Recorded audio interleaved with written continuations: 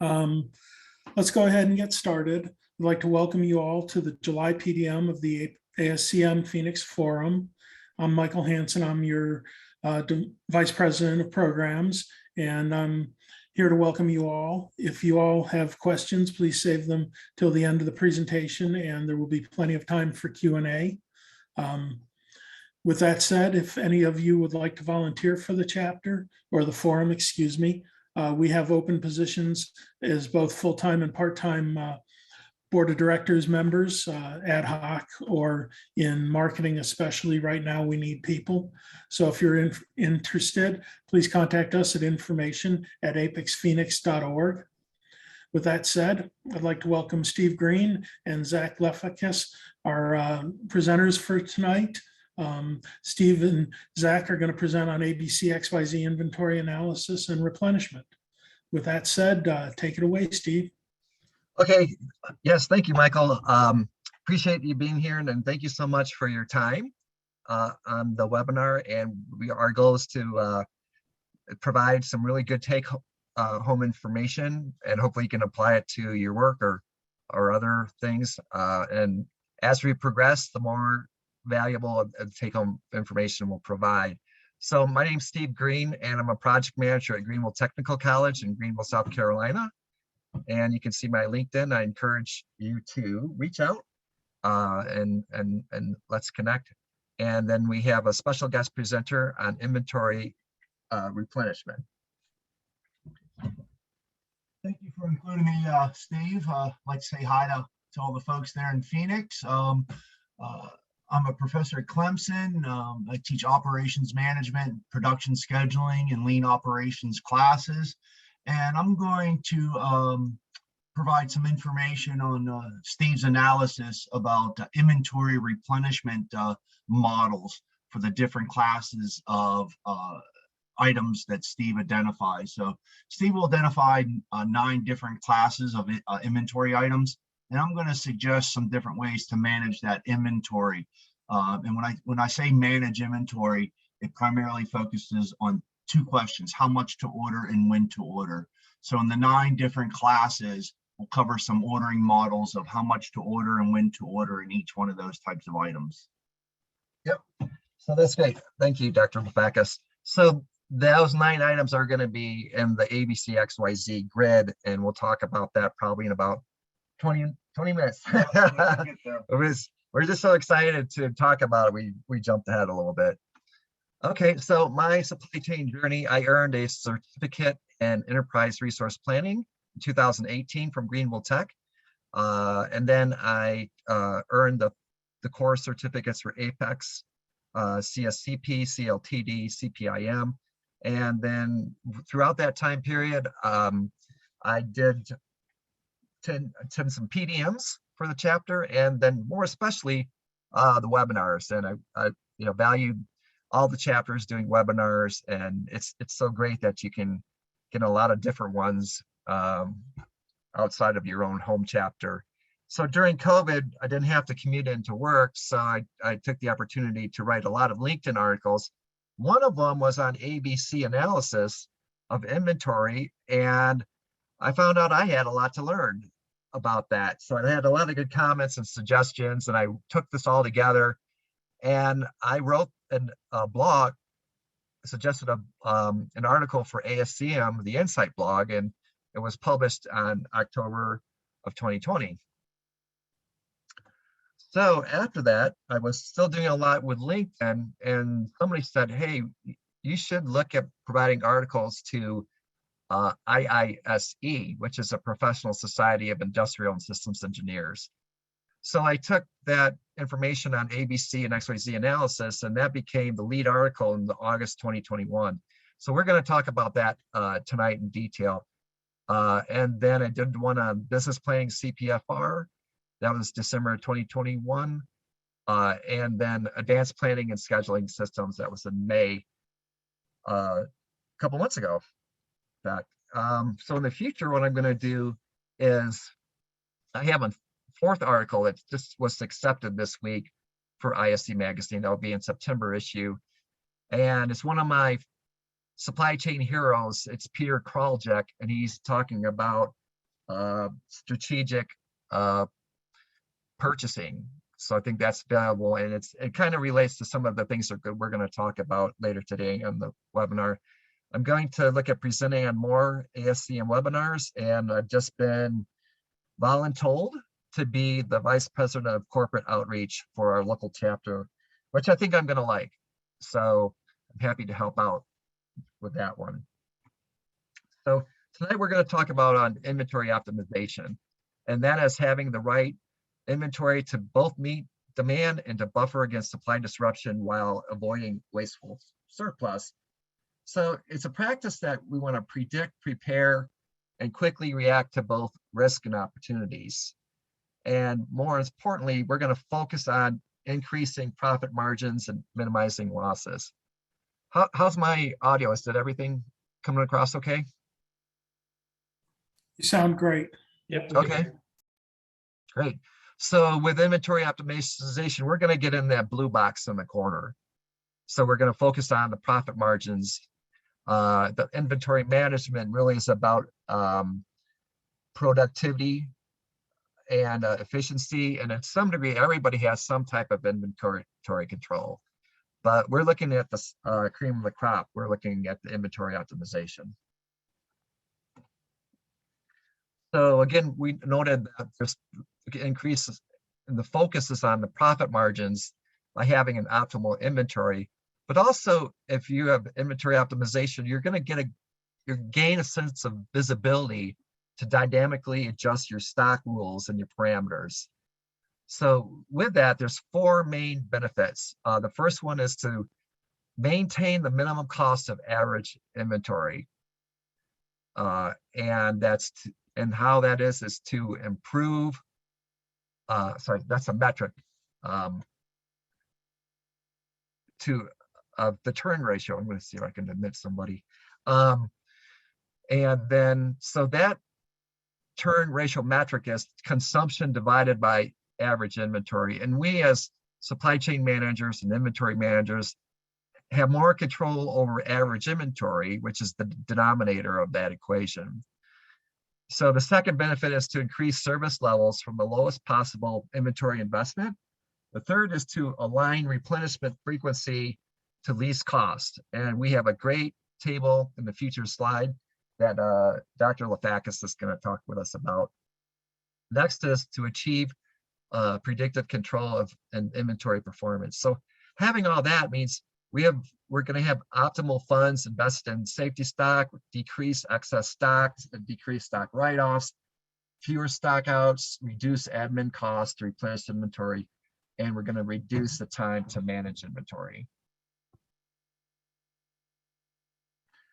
So to help us on the journey to inventory optimization, we're going to use inventory analysis to see what our inventory is and to classify those. So the first one of the three that we're going to talk about is ABC analysis. And that's a technique that classifies inventory into three groups based on annual usage value and other criteria. So that's what ASCM and Apex talks about more of us. Well, that's how we learn most of it. When I was studying a lot, I don't remember anything talking about XYZ analysis. And that's the technique that classifies inventory into three groups, X, Y, and Z, based on demand variation. So the third method of inventory analysis, the combination of those two, and that's going to give us an improved framework to cross-functionally develop and refine inventory policies, systems, and procedures to implement best practices. So finance has their ideas of inventory, which is they don't want it. Well, the less the better. Production and sales would like it. So we're going to have everybody get together and cross-functionally develop and refine the policies. And also having that combination allows more focus on key SKUs, which is helpful for both forecasting and managing the S&OP process. So those are the three methods of inventory analysis we're going to look at. The first one is ABC analysis. That's based on the Pareto analysis. That's the 80-20 rule. So I'm sure a lot of you all know about this, so I'll kind of go over it pretty quickly. You're about 10-15% of your quantity of your inventory by percentage is going to represent 70 to 80% of the value that you have in inventory.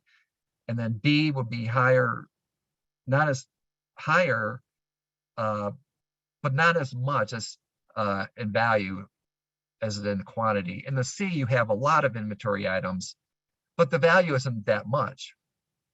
So those are the three classes, A, B, and C. So we're looking at class A. So with the greater value, you're going to have more stricter stock control over. You're going to have faster delivery cycles, maybe a weekly basis. You're going to do more cycle counting, and you're going to want more accurate forecasts on those class A high value items. And then conversely, you're going to have less stock control for class C items, less frequent delivery, less frequent cycle counting, and the forecasting doesn't have to be accurate. It could be rough forecasting. So item classification in addition covers how much effort is spent on re-engineering both products and processes. Your class A items that you're going to make, or you're going to have more effort into engineering with that. Also, in addition, where is the item stored? We're going to get back that to in a future screen, and then rich replenishment method is used, and Dr. Lefakis is going to help us with that one. Is there any questions so far for the audience? Okay. So my question for you all is it accurate to classify a high price item that is sold infrequently as a class A item? So do we have any Corvette fans out there? Oh, yes, especially the new ones, Mid-engine. the mid-engine ones, yes. Mm-hmm. So Michael likes the Corvette.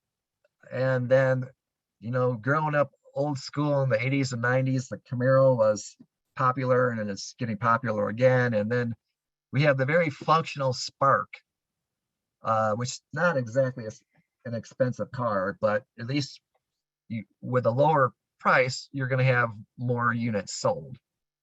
Okay, but we want to find out what is the Class A.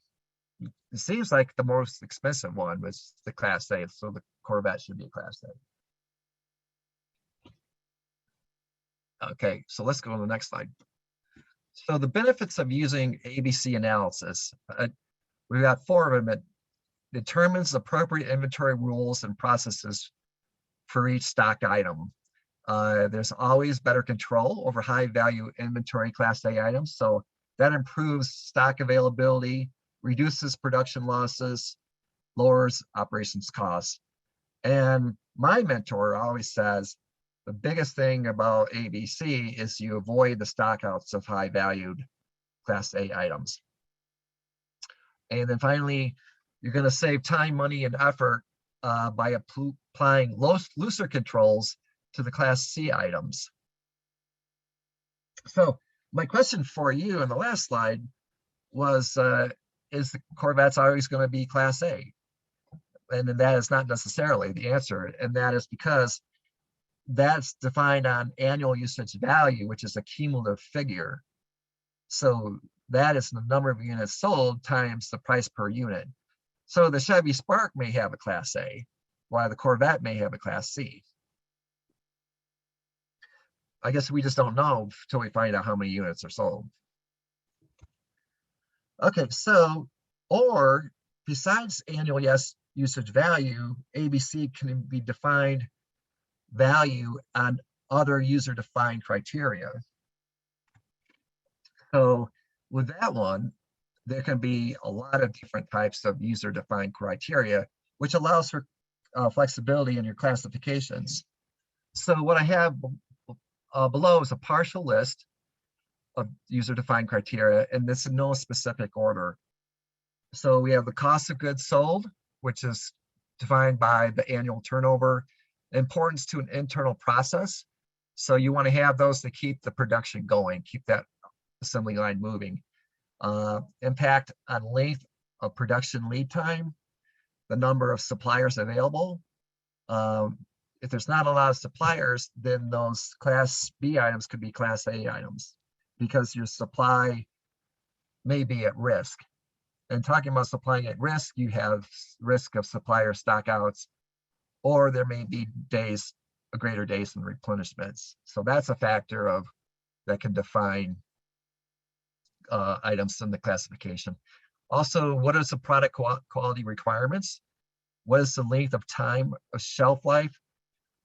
Customer importance. If you supply to an OEM, for example, BMW, if you're late on a part and you hold up that line, they can fine you hundreds of thousands of dollars per minute. So we want to make sure that even though the value of that item isn't very high, that it's going to meet a service level requirement. That's important. And then the relation to other items, we can see that in a BOM, and then position in the product life cycle of the item. So those are user-defined criteria other than average cost. Any questions on those? We've got a question in the chat from Terry here. Okay. Would you like to repeat your question, Terry? Sure. The question which I had, and I'm trying to follow your discussion when you're talking about finished goods, you know, the Corvette, the Camaro, whatever, versus component parts. You know, certainly, you know, I see the value of an ABC analysis for finished goods, but for component parts, though, wouldn't the preferred method of controlling those be through the planning through an ERP system? Yes, it would be. When we're talking about the ABC, we're mainly talking about make to stock items. So that the components are part of a make to stock items, but they could be based on an existing order. Zach, do you have anything more with that one? Yeah, it's your end item with ABC. So as you mentioned, your component parts would be planned more with an MRP system, ERP system. We can't hear Zach. Yeah, come on closer. Yeah, you know, component parts are more planned with your MRP system within ERP. ABC classifies as your final products. They could be intermediate products or finished good products. So when we talk about ABC items, we're talking about finished good items or end items for the most part. Your component parts that go into your final end items, they would be planned with a bill of material structure, generally MRP planning. If you have a lean system, JIT, then you'll be using your Kanban systems there.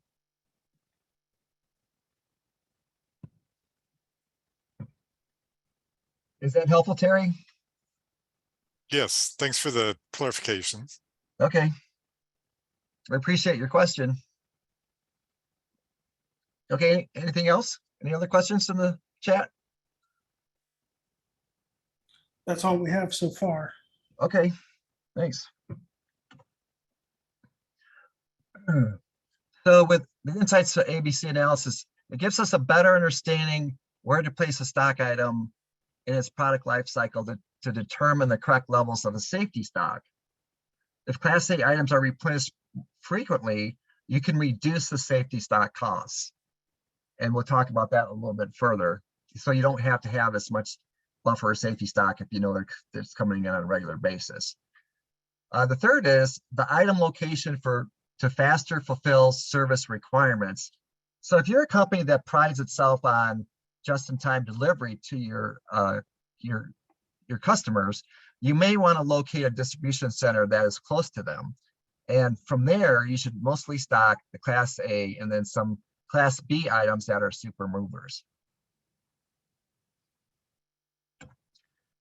Okay, this slide is my PowerPoint slide. I think all my presentations at least have one.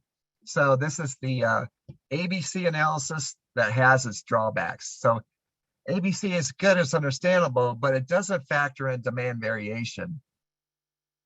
So two items that have the same usage value, but with different demand patterns may be subject to the same inventory policies and processes, which is not really appropriate. They should be different policies and processes based on a different demand. So another limitations are that it's primarily ABC analysis primarily applies to make to stock projection. That's when the customer orders are known. You need to decide what criteria that you're going to use to determine item value. So we said the average value, and then like a couple of slides back, we showed you all those other ones that are user defined. Another limitation is what's the best way to classify a new product that will soon be launched. So if you're not sure, you don't have that data to help you determine value, A, B, or C. I mean, are you going to make it a B class? Well, in some companies, what they'll do is make an L class for launch, and then they'll have their own policies and procedures for that class. If a company has a global distribution network and each node has its own ABC classification, then there may be different classes for the same item in the same company, which can be confusing on an overall basis, a global basis. And then finally, in a dynamic market, product sales can be erratic, so items can move quickly between ABC classes. Okay, so my audience question here is, how often should you change ABC classifications? Give a rough figure for that. I think I would go quarterly. Okay. Yeah, my business does quarterly. So. Okay. Thanks, Lincoln. Anybody else? We've been using every 6 months at our business, about twice a year. Okay. So yeah, it's a good question. I'm going to go to the next slide. Oh, next slide does have it's a little text. So hooray. I wanted to give you a balance of my my death by PowerPoint slide. So ABC analysis change frequency. Yeah, it's not good to do it monthly. If you're a manager and you make a lot of ABC value changes in an ERP, it takes time for those purchase orders and those production orders to cycle through before you can really see the impact of the changes that are realized. And changes to ABC classifications impact your service level agreements. So if your company changes it every month, it can be difficult to manage both the staff and the customer expectations, especially with your sales reps that are working with your customers. And then it can be chaotic to change both the cycle and the safety stock amounts each month. So I guess it kind of depends on your company. We had 3 and 6 and quarterly. So, it's maybe best every 2 or 3 months or 6 months, whatever works the best for you. Okay, so we'll go into our second classification system for inventory, and that is a framework. Sorry, this XYZ analysis is a framework that classifies inventory items based on 3 groups, X, Y, and Z, and it's based on the amount of demand variation, which is a downfall of ABC, and how much the actual usage deviates from their forecasts. So for the X items, which is oh, Tony looks like he's joining us. Tony Benedict, he's the good guy. X items are the green line on that graph. So you can see it's fairly level. The customer orders are frequent, perhaps daily. The demand variation is low, and the demand is forecastable. So we like those green ones. So the next one is the Y items. It's the blue line on the chart. So those customer orders are less frequent, perhaps every few weeks. Demand varies more and it's harder to forecast. And then we've got the red Z items those orders are infrequent and sporadic and has the most demand variation and the most difficult to forecast. So yeah, those are the hard ones. So how do we determine demand variation? Well, that is based on a measurement. It's measured by the coefficient of variation, the CFV for short. It says the standard deviation divided by the mean of the demand data set. The larger your coefficient of variation, the more variation you have, or the more erratic the demand. So I found this nice Excel spreadsheet to help visualize this. So if your CFV is less than or equal to 10, or say 0.1, then you have a class X item. That's the green cells in the spreadsheet. If you have 0.1, or sorry, CFV is greater than or equal to 0.1, but less than or equal to 0.25, on this spreadsheet, that's a class Y item, which is in the orange cell. And if your CFV is greater than or equal to 0.25, that's a class Z item in the red cells. Okay, which is the higher demand variation. Now, I picked these numbers only because I really like this spreadsheet. It's nice and can show it. But in reality, your CFV can vary. It's 0.25 or it can be 0.33, 0.5. I mean, it can go up to 80 or 90. So just remember those numbers are just a place mark just because it reflects what that spreadsheet is. Any questions? Okay. Okay, the benefits of using XYZ analysis: it improves their forecasting accuracy, it reduces the risk of stockouts, increases stock turnover, which relates to reducing the stock costs and stock obsolescence, and then clarifies the service levels of items with volatile demand. Okay, so we're moving on to the third analysis for inventory. And remember, our goal is to get to that blue box. That's the inventory optimization. And so that's ABC and XYZ analysis. You're combining those and you're making a 9-box grid. So as you can see, through the rows, the X row is going to be the most even demand and easy to forecast. And then as you're progressing down in rows, you're progressing in more variability in demand and less reliable forecasting. So on the columns, you have A, B, and C. That's the value. A value is high, and B and C, as you progress down, it continues to be lower. So that's a great grid to explain the combination of the two analyses.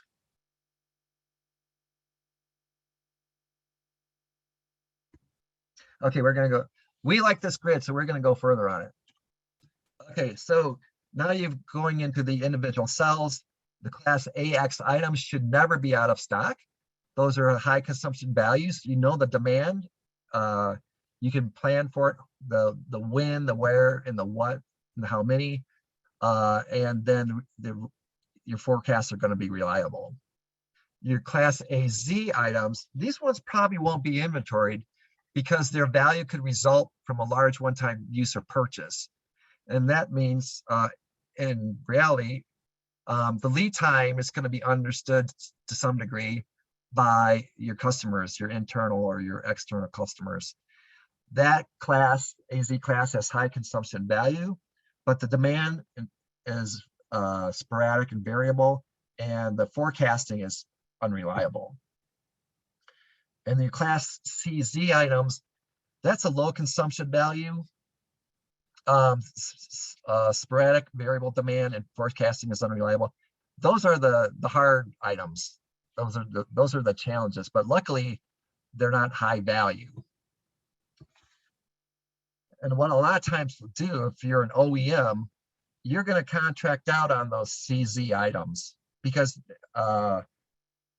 that's something that your supplier could do, and then they'll be more responsive to you. They have better control over things. We're going to go to the next slide. So ABC-XYZ analysis to optimize inventory. Inventory managers now have a framework to collaborate cross-functionally with finance, production, sales, logistics, and procurement managers to establish and use more effective inventory rules and policies. So in this case, we're going to talk about 3 of them, and that is inventory and timing of replenishment processes, the agreed upon level of buffer stocks, and agreed upon means you're getting all your cross functions together of your company. And then inventory control rules such as the cycle counting frequencies, how often you're going to cycle count. You're going to cycle count more on A than you will on C items, for example. Okay, so we're going to have our special guest presenter come on up. Again, it's Dr. Zach Lafakis. And he is with Clemson University, and he's in the operations management department there. Okay. Thanks, Steve. I was exposed to this 9-grid framework, and as I was viewing it, I started to realize that some different ways to manage those types of items with inventory. So when we talk about inventory management, we're always asking 2 questions: how much to order and when to place that order. So if we look at the context of a supply chain, and we're trying to move finished goods through the supply chain, from warehouses to distributors to retailers, we're always ordering how much and when do we place that order. So if we look at this framework, if we just use the ABC analysis, we would just use high valued items to low value items, but we didn't take into consideration any demand variability. And that's where the XYZ analysis comes in and looks at items that have fairly known, fairly constant variability, easy to forecast types of items, as opposed to more items with larger amounts of variability. So when you juxtapose the ABC on top of the XYZ, we get 9 different types of items. Well, when we manage inventory, we generally have 4 basic ways to manage inventory. We have our with lean operations, our conventional JIT methods, high junka scheduling and Kanban. We have continuous review perpetual models. We have periodic review models. We have a single period model. Those are our conventional 4 ways to manage inventory. Now, each one of those 4 models have different variations to them. They can be modified in different ways. And we do that. So based upon a normative approach, this is not concrete. This proposal, it's a proposal, suggestions. This would have to be refined more with research, maybe some feedback with you. So this is a proposal.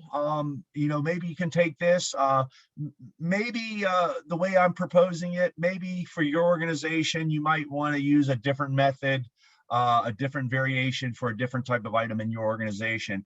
And like I said, I don't have any concrete evidence. I haven't done research on this, but I'm proposing it based upon some general ideas of how things would work. So I start off with looking at our really well-known, high-value, constant demand items, our AX items. Well, demand is constant. It's not highly variable. We can forecast with accuracy. Then we can just plan and set up managing that inventory through the supply chain using our conventional Kanban and high junka methods. Now, high junka is generally more involved internally within a production process, but you can set up a high junka schedule at a warehouse. You can set up high junka schedules through logistics and shipping, and you can set up conventional Kanban to signal when to place that order. So when we look at Kanban analysis, the Kanban itself will have an order quantity of how much. When the Kanban container or the Kanban signal is activated, that's when you place the order. So I feel that AX items fit very well with a conventional JIT approach. Now, because B items are a little bit less frequent, a little bit less value added, or less value consumption, still has relatively stable demand. You might want to build a little bit of safety stock with BX items. So with BX items, you're moving those through your supply chain. They're not as high valued as A. So building a little bit more safety stock, making sure those are available, will not significantly increase your cost. Sticking with these X items, well-known demand, little bit of variability, high movers.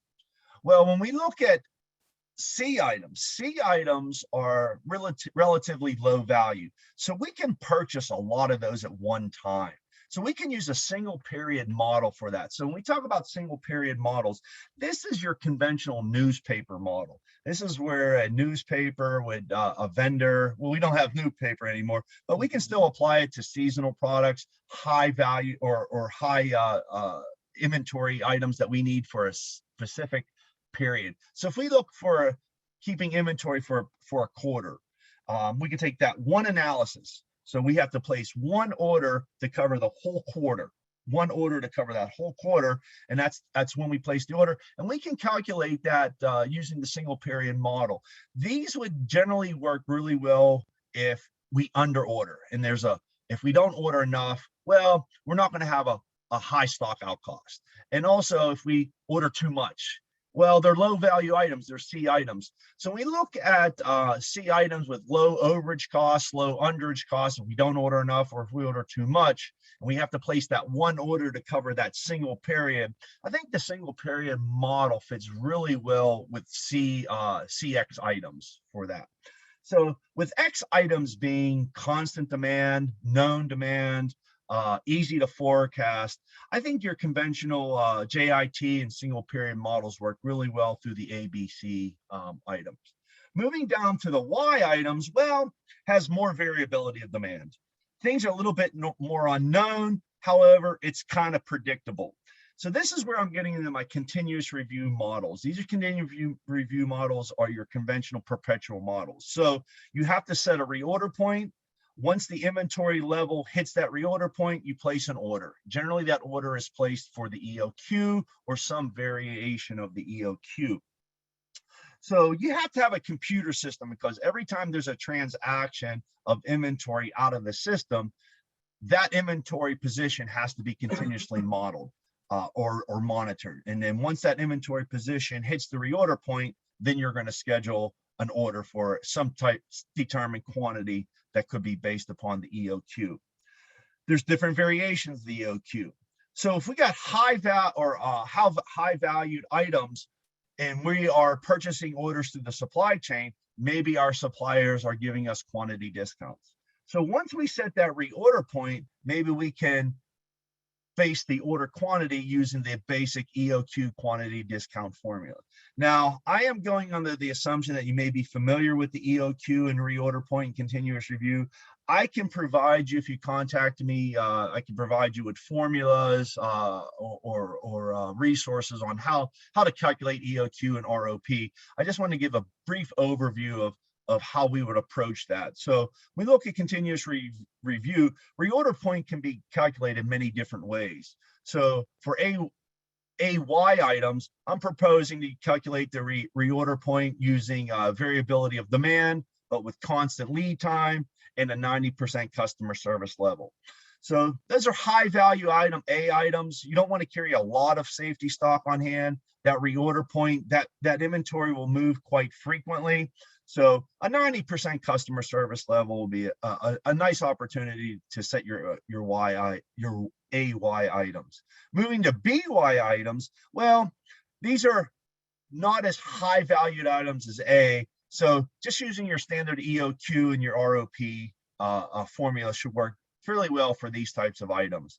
It's predictable demand, you got constant delivery lead times, and a 95% customer service level should assure you that you don't have stockouts of those items. Now moving to CY items, this is where I want to propose a periodic review. Now with periodic review, the interval is set. So you do not have to wait till the inventory position hits a reorder point. So what you have to do with periodic review is set that order interval. So every So say every Friday, you're going to place an order. So what you have to do is, what is your current inventory on hand on Friday afternoon? And you have to order up to that particular amount. So your order quantity will change based upon your inventory position.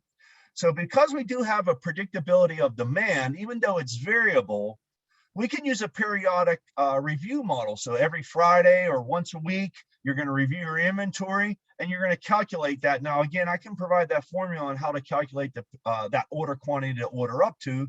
And you take your inventory position, how much you have on hand, your average demand, you take your variability of demand, taking your delivery lead time, add it, multiply in a customer service level, and I'm proposing a 95%.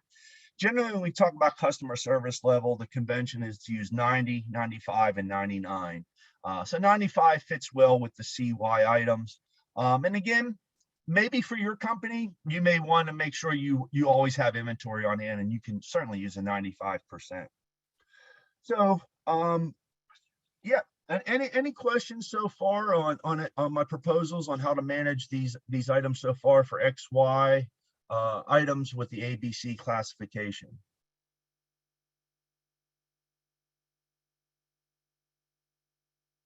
So now we're moving down to the unpredictable items, the Z items. A lot of variability of demand. We don't know if they will sell. This is going to be more tricky managing those Z items, and especially when we start getting the A value items with the Z items, because now we have a lot of variability of demand, and those high A items are highly valued. So since they are highly valued, when we place the order, maybe we can decrease some of our costs by using it if our supplier offers quantity discounts. So we're going to have to analyze the reorder point position with the variability of demand and a variability of lead time.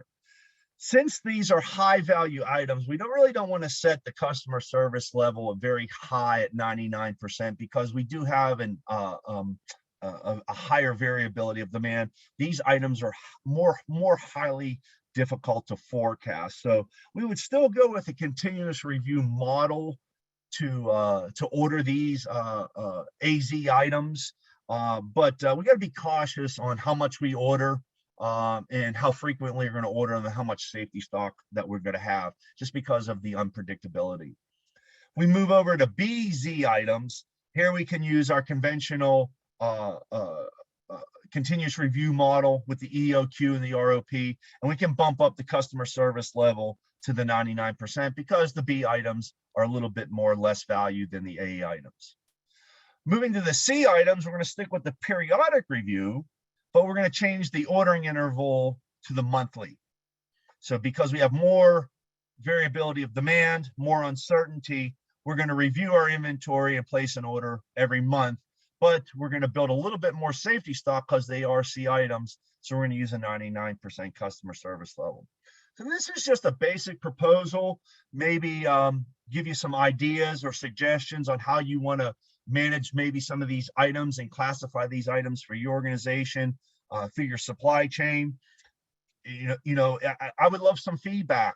Maybe if you tried a different way than I'm proposing for different items and it worked for you, that's what research is all about. Now, I am academia. I study, do research with Clemson, and that's how we learn.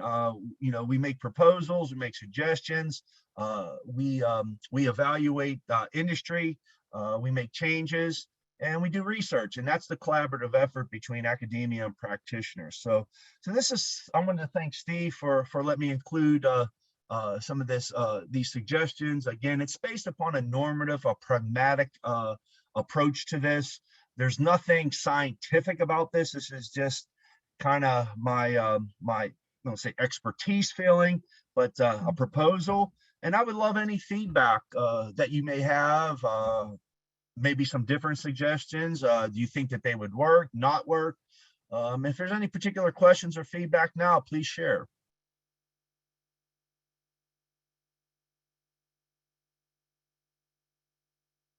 Well, thank you. And again, I think Steve provided my information on the first slide. Feel free to reach out to me if you have any questions or comments or suggestions for me. Steve, you want to bring us on home? So Michael, for your company, your master schedule, I think at W.L. Gore. Can't hear you, Steve. Yeah, I'm sorry. We're gonna switch seats here. So, at your master schedule at W.L. Gore, correct? I was, yes. Okay, so I guess what I'm trying to find out is, does your company's, and this is for all the audiences, what if you have analysis of inventory, which ones do you have? ABC, XYZ, and is there one that does a combination of them? Well, we're made up of 4 different businesses, and Mhm. they're each at different maturity levels in terms of using ABC and XYZ. Uh-huh. In our medical division, they're fairly advanced in using ABC, and they're implementing XYZ analysis, as Uh-huh. opposed to some of our industrial divisions. They're just ramping up ABC analysis and just getting mature in that. So it really varies. Okay. Hey, Tony, are you on the line? I didn't see Tony Lincoln. He Okay. tried, and I think he missed. Okay, I thought I saw him a little bit early. Does anybody else have analysis systems that use at their jobs? Their company does? Yeah, Steve, this is Lincoln McFerrin. I work with Rogers Corporation, and I would say similar to the previous commenter, a lot of our different factories have different levels of supply chain maturity. Most are using ABC. We've got a few factories that are kind of knowledgeable in XYZ, but really haven't implemented it systematically. So they may do it kind of for ad hoc analysis or to maybe guide some judgment decisions, but haven't kind of used it systematically. That's kind of something that's on their kind of future path that they would like to get to. Yeah. But I like some kind of seeing the view here in the grid. It really kind of summarizes it well. Yeah. Thanks, Lincoln. I appreciate your input. Yeah, definitely. Their ABC is well known, and then the XYZ is coming more to the forefront, especially when you know, more volatility in today's world, and the demand can be off the charts sometimes, especially with all the supply risks that we have these days. Does anybody else have companies that are different, use different areas of inventory analysis? This is Deb, and we actually use that ABC basically for our ingredients. I see it more and more, and it comes into our inventory, the cycling. You know, we want to cycle those more on A, the B, and the C, but also those high cost items are monitored a lot closer than several of the other items. And they are looking at some of the finished goods and bringing in. But I do appreciate the XYZ and bringing that in, because they always talk about the ABC. And I think I can really bring to the table on this XYZ to Yeah, implement definitely. that within the formula, the review Yeah. of items. Yeah, XYZ does complement ABC a lot, and it helps with one of the major downfalls of ABC analysis, which is the demand variation. Okay. Hey, Steve, I got a question for you or Zach or anyone in the audience on, it was an earlier slide on the other criteria in our company. And I'm assuming most companies typically use kind of the cost of goods sold, but I really like that list where you had, 9 or 10 other, potential ways of breaking down and categorizing your inventory. I'm just curious if anyone is using some of those other, this slide right here. Yeah. I'm curious if anyone else is using or has had experience with any of the other ones other than the first one. That's probably the most common, the one at the top.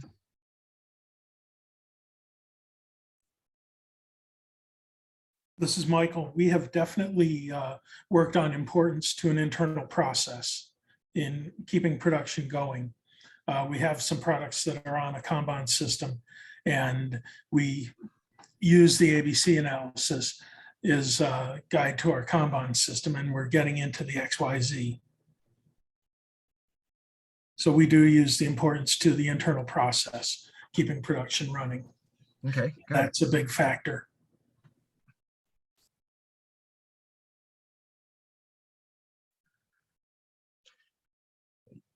Yeah, definitely. The number of suppliers available and the supply risk is getting more forefront these days. And when I'm writing a lot with the Kraljics supply strategies, purchase strategies, that really comes into play with those 2 bullet points. Yeah, I definitely agree on the number of suppliers, especially in the supply chain where we're at and trying to get new suppliers at the last moment. I mean, that it's just on this pandemic, it's just hit globally. Obviously, I work for a global company, and so a lot of our global suppliers, which are very big, are even struggling to keep up with the demand. Okay. Holly, what company do you work for? This is Dab. I don't know why it comes up with Holly, but for some reason. Okay. We have This a is Holly Dab. Giant. I actually work for Coca-Cola North America, national planner for Okay. production, finished goods. Okay. All right. Any other comments on user-defined criteria? My name's Todd. I work in a steel manufacturer company, so we look a lot at the impact of the length of the production lead time, and in some cases right now we're actually doing replenishment from further production plants and things. So just standard lead time, right? Maybe we're using the railroad or something like that. We're trying to kind of work with a variation of how to add that into our ABC analysis. So along with our service levels and things. Great. All right, Todd, thanks for letting us know about that. Zach, do you have a comment? Yeah, I just like to, highlight the comment that, there's just not one way that's best for everyone. Every company's different, every industry is different. And so there's nothing concrete about using this framework. It definitely can be massaged or used in different ways to fit your particular your needs, what's working for you. So we can see these other defined criteria and going down through the matrix that we have provided. Again, this is not something that's concrete that has to happen. One organization may flip some of this or use it differently, and it's a guide. It's a framework for you to use. That's called contingency. There's just not one thing that works for everything. So in different contexts, different situations, different industries, different models work in different ways. So so I encourage you to try not to use a canned approach. Don't be afraid to use different variations of things that would work for your company. So sometimes we read things or present it and it seems concrete. I don't want to give the impression that these are concrete. These are to be used in a way that would most likely use to help you to manage your inventory. So don't be afraid to use any type of criteria that you feel that will work for you. It's your business and you have to manage it that way. Okay, we're running up on time. Okay. Time for one last question. If anybody's got a question. So actually, we got a few more slides. I'm sorry, we got some good input. And I'll go through this quickly, Michael. So there's 4 key benefits additional for ABC-XYZ. You break down functional silos. You optimize the trade-offs of the cost, risks, and benefits of holding inventory. You have better refined policy systems and process to implement best practices. And you're going to better align inventory with the corporate strategies. So when we were talking about before, ABC-XYZ analysis is good, but you have to have the data to support it. And you have to have the computer systems. Zach had mentioned that before. Are your costs and benefits quantified for executing an ABC analysis, and so on. So this next slide is actually more detail than what we provided before. It's a good slide. It's from one of my LinkedIn connections, Hazim Hamza. He has a website called Things Supply Chain. it's good to connect with him. He has like a 100 word description plus a good graphic.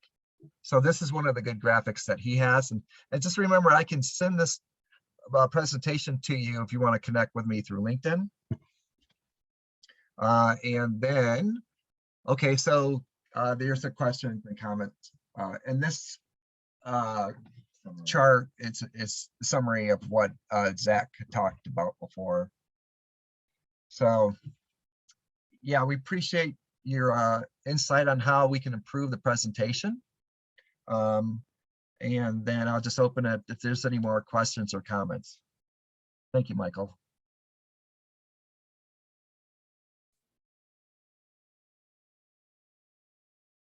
Okay, since we have no more questions, I'd like to thank everybody for attending the ASCM Phoenix Forum's July PDM, and I'd like to thank Steve and Zach especially for presenting. It's been a great presentation, a great experience, and I wish everybody a good evening. Thank you for participating. Yep, we appreciate it. And just contact us if we can help further. Have a Thank good evening, you. folks. Have a good evening. Yep, thanks, everyone. Okay, Yes, thank thank you. you for the providing your contact information, and look forward to speaking with you again in the future.